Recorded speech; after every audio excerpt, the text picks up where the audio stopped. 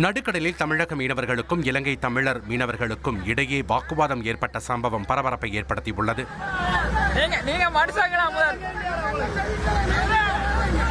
நைனா தீவு பகுதியில் தமிழக மீனவர்கள் மீன்பிடித்துக் கொண்டிருந்த போது அங்கு வந்த இலங்கை தமிழர் மீனவர்கள் ஒருமையில் பேசி தகராறில் ஈடுபட்டதாக கூறப்படுகிறது. தமிழக மீனவர்கள் எந்த பகுதியைச் சேர்ந்தவர்கள் என்ற விவரங்கள் வெளியாகவில்லை. திண்டுக்கல் மாவட்டம் கன்னிவாடி அருகே மேற்கு தொடர்ச்சி மலைப்பகுதியில் வனத்துறைக்கு உட்பட்ட நிலத்தை ஆக்கிரமித்து கட்டப்பட்ட 2 பெரிய தடுப்பணைகளை வனத்துறை அதிகாரிகள் அகற்றும் பணியில் ஈடுபட்டனர். கரூரைச் சேர்ந்த குணசீலன் என்பவர் வனப்பகுதி வழியாக செல்லும் நீரோடையை மறித்து 100 மீட்டர் நீளமும் 35 மீட்டர் உயரமும் கொண்ட 2 அணைகளை கட்டியதாக கூறப்படுகிறது. இதனால் கோம்பை அணைக்கும் வன விலங்குகளுக்கான நீராதார பகுதிகளுக்கும் தண்ணீர் செல்லாமல் தடைப்பட்டது தெரியவந்தது. இதையடுத்து மாவட்ட வன அலுவலர் உத்தரவின் பேரில் ஜேசிபி இயந்திரம் மூலம் தடுப்பணைகளை அகற்றும் பணி தீவிரமாக நடைபெற்று வருகிறது.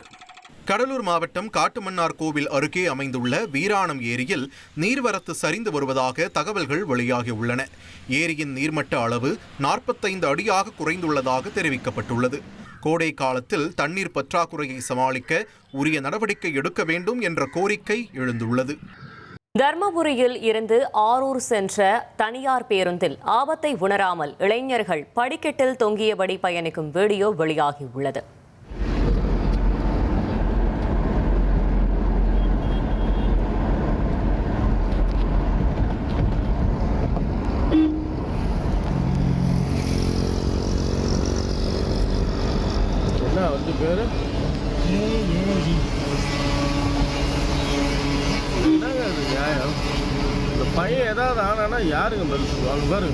சிவகங்கையில் அரசு வேலை வாங்கி தருவதாக கூறி போலி பணி நியமன ஆணைகளை கொடுத்து பல லட்சம் மோசடி செய்ததாக தம்பதி மீது பாதிக்கப்பட்டவர்கள் புகார் கொடுத்துள்ளனர். காளையார் கோயிலைச் சேர்ந்த அழகு மீனால் என்பவர் தனது அரசியல் செல்வாக்கை பயன்படுத்தி அரசு வேலை வாங்கி தருவதாக கூறி 10க்கும் மேற்பட்டோரிடம் தலா 8,50,000 ரூபாய் வாங்கியதாக கூறப்படுகிறது. பிறகு போலி பணி நியமன ஆணைகளை கொடுத்த அவர் பணத்தை திருப்பிக் கொடுக்காமலும் வேலை வாங்கி தராமலும் அலைக்கழிப்பு செய்ததாக கூறப்படுகிறது. இந்நிலையில் பாதிக்கப்பட்டவர்கள் சிவகங்கை மாவட்ட ஆட்சியர் அலுவலகத்திலும் காவல்துறை கண்காணிப்பாளர் அலுவலகத்திலும் புகார் கொடுத்துள்ளனர்.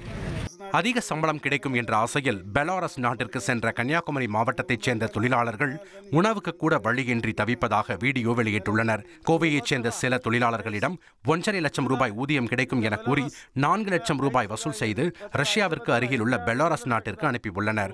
ஆனால் 2 மாதங்கள் கடந்தும் போதிய வேலை மற்றும் உணவு இல்லாமல் தொழிலாளர்கள் தவித்து வருவதாக கூறப்படுகிறது.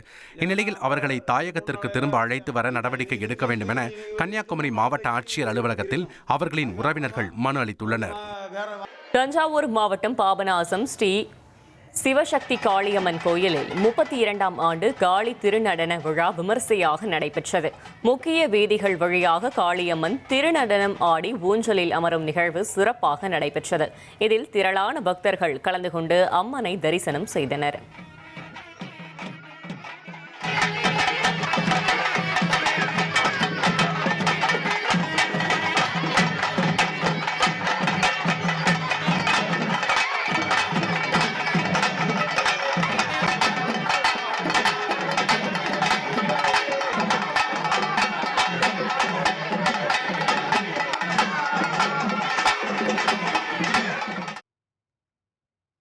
தூத்துக்குடி மாவட்டம் ஸ்ரீவைகுண்டம் கள்ளபிரான் கோவிலில் தை திருவிழாவின் உச்ச நிகழ்வான தெப்ப உற்சவம் சிறப்பாக நடைபெற்றது.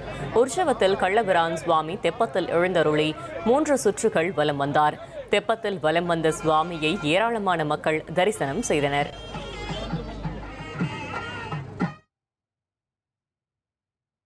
நெல்லை மாவட்டம் திருக்குறுங்குடி அழகிய நம்பிராயர் கோவிலில் தெப்ப உற்சவ திருவிழா கோலாகலமாக நடைபெற்றது. இதில் திருமண நம்பி தெப்பத்தில் எழுந்தருளி 12 சுற்றுகள் வலம் வந்து பக்தர்களுக்கு காட்சியளித்தார். இந்த தெப்ப திருவிழாவில் ஏராளமான பக்தர்கள் கலந்து கொண்டு சுவாமி தரிசனம் செய்தனர்.